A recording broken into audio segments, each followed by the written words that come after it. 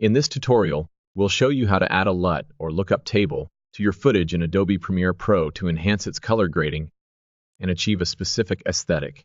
First, ensure you have your project open and the footage you want to apply the LUT to load it into the timeline. Next, navigate to the Color workspace and open the Lumetri Color panel. This is where we'll apply the LUT. Now, locate the Creative section within the Lumetri Color panel. This is where you'll find the Look drop-down menu. Click on the Look drop-down menu to reveal the list of available LUTs.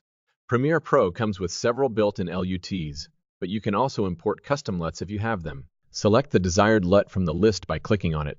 You'll see the effect applied to your footage in real time. You can further adjust the intensity of the LUT by using the intensity slider located below the Look drop-down menu.